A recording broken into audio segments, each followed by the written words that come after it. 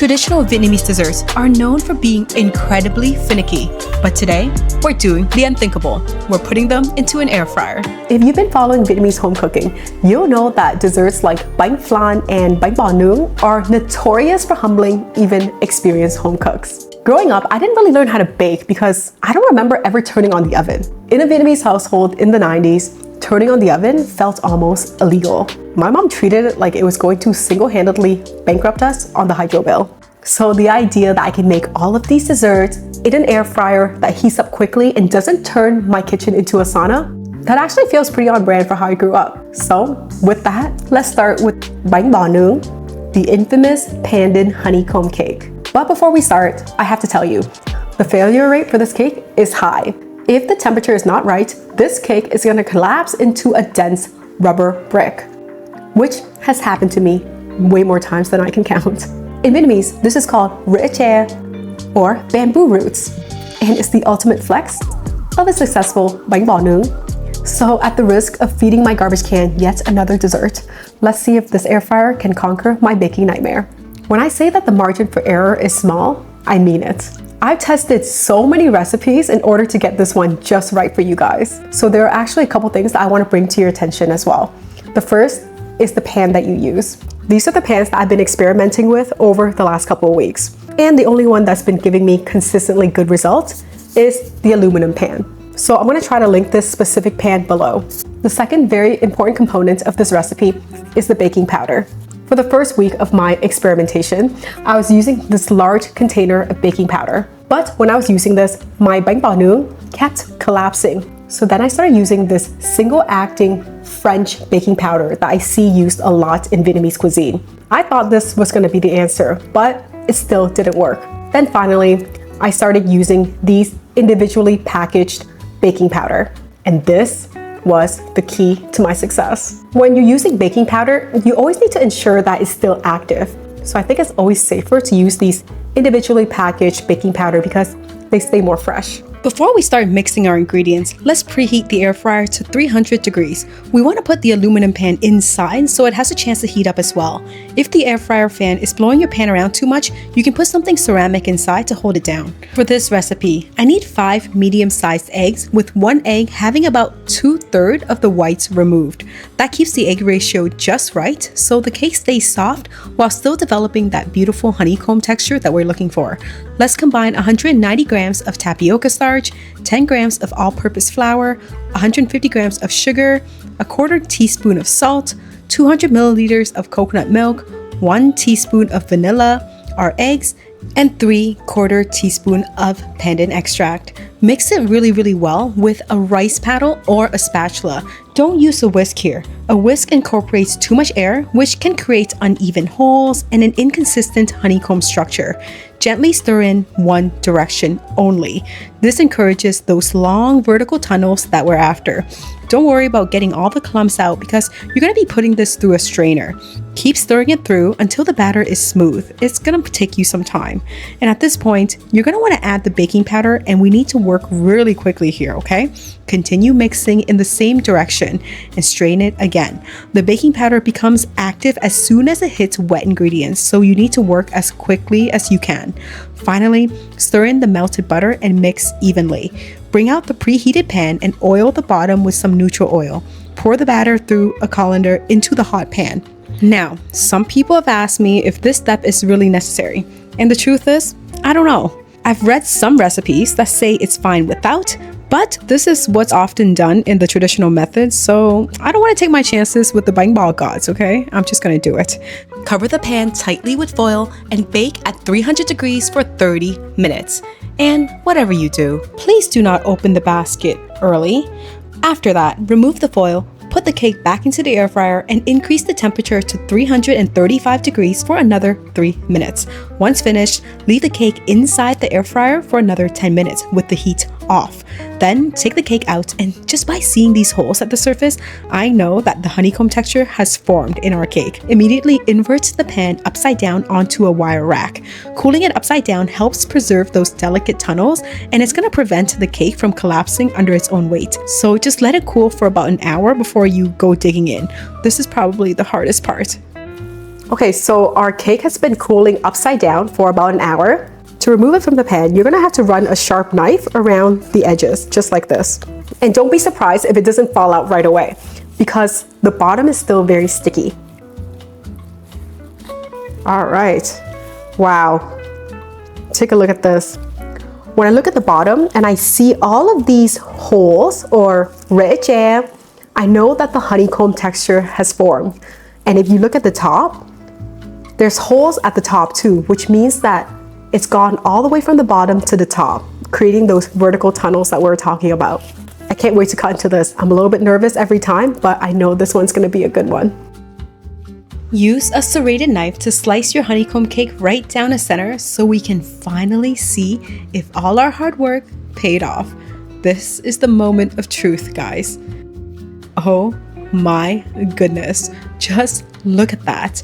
The honeycomb is definitely honeycombing, so I'd call that a tremendous success.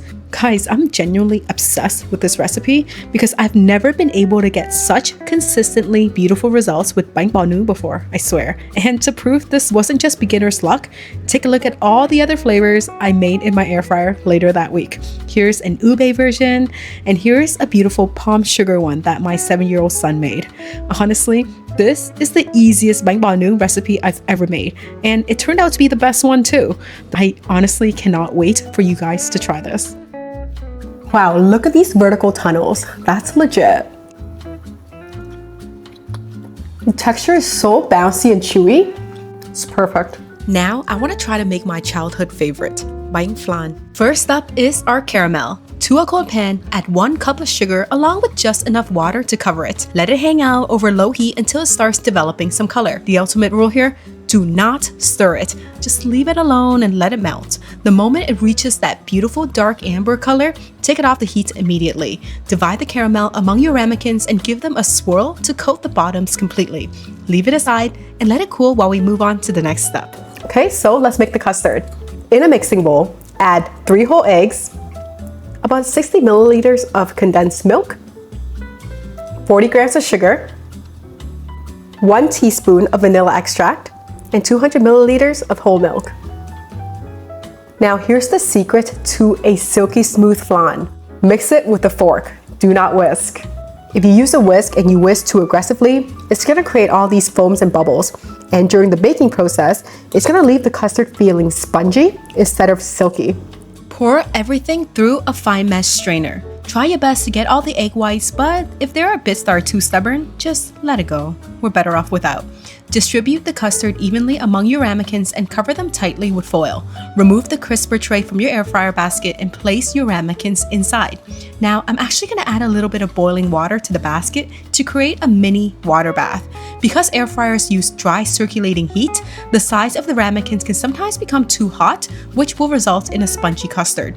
Water acts as an insurance and helps keep the custard smooth.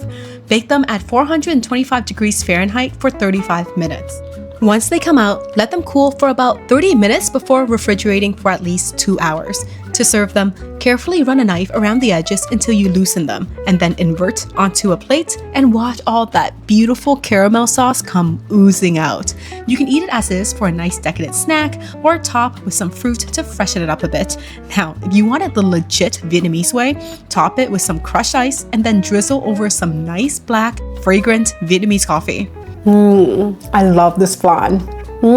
It's so rich and decadent, and the mouthfeel is amazing because it's so smooth. So good. Now, if you're wondering how my flans came out so beautifully, it all comes down to the one thing that helps me make it happen every time. The Cosori Iconic Air Fryer. Cosori makes some of the highest rated air fryers on Amazon, and this 6.5 quarts Iconic is one of the newer models in their lineup. The Iconic offers precise temperature control and even air circulation, making it surprisingly well suited to baking. The large 6.5 quart basket is large enough to fit even an 8-inch cake pan, and it handles everything from high temperature roasting to low temperature baking and dehydrating, replacing multiple appliances in my kitchen. It also connects to the VSync app, so I can monitor the cooking right from my phone. And because I'm often baking for my kids, I actually really appreciate that the basket has a PFAS-free ceramic coating. for extra peace of mind. And not to mention, just look at how gorgeous and sleek the stainless steel design is. It looks amazing in my kitchen. If you know me, you know I usually avoid baking whenever I can. But this little air fryer has completely taken the intimidation out of weekday baking. Well, I think our flan was a complete success. But this next challenge is a different beast. Let's see if this thing can pull it off. We're gonna be making the viral Basque cheesecake.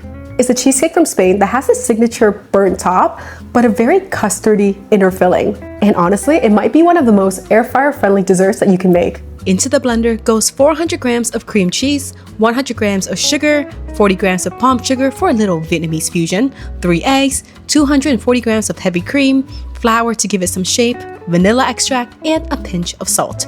Blend everything until just smooth, and here's what it should look like. One of the signatures of Basque cheesecake is its rustic parchment lining. Crumple up the parchment paper first because this is gonna help it mold to the pan and stay in place. Then press it into the pan. Just make sure any overlapping edges are folded back and tucked neatly against the sides. If they're sticking up or bunched together, they can create cracks in your cheesecake as it bakes. Pour in the batter. This should fit a 6-inch wide, 4-inch tall cake pan perfectly. Tap the pan a few times to release any large air bubbles, and then just let it rest while the air fryer preheats at 300 degrees. Bake at 300 degrees for 1 hour, after which check on it and insert a digital thermometer in the center. You want the internal temperature to be around 185 degrees.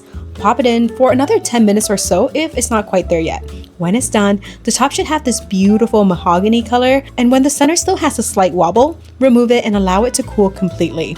Remove it from the pan by lifting the parchment paper upwards, and wow, let's just take a moment to appreciate how amazing this turned out. Now, that's what a cheesecake should look like. I'm gonna cut this right down the middle, and let's check out the smooth and creamy center. I think it would have been a little bit more custardy had I eaten it warm, but I'm not mad. This looks so good. Okay, let's serve this baby up. I think we should give this a Vietnamese twist by complementing that palm sugar flavor with a little bit of toasted coconut. But first, let's give this cheesecake a little drizzle of condensed milk. And then here comes the coconut. And that, my friend, is exactly how my diet plans are going out the window this summer.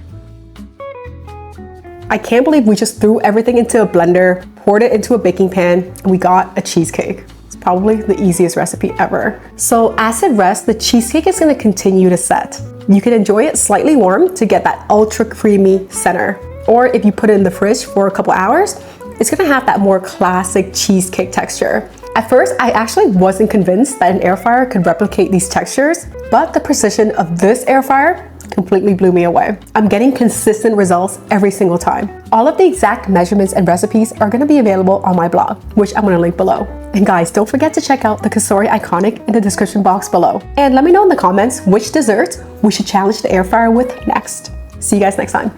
Bye.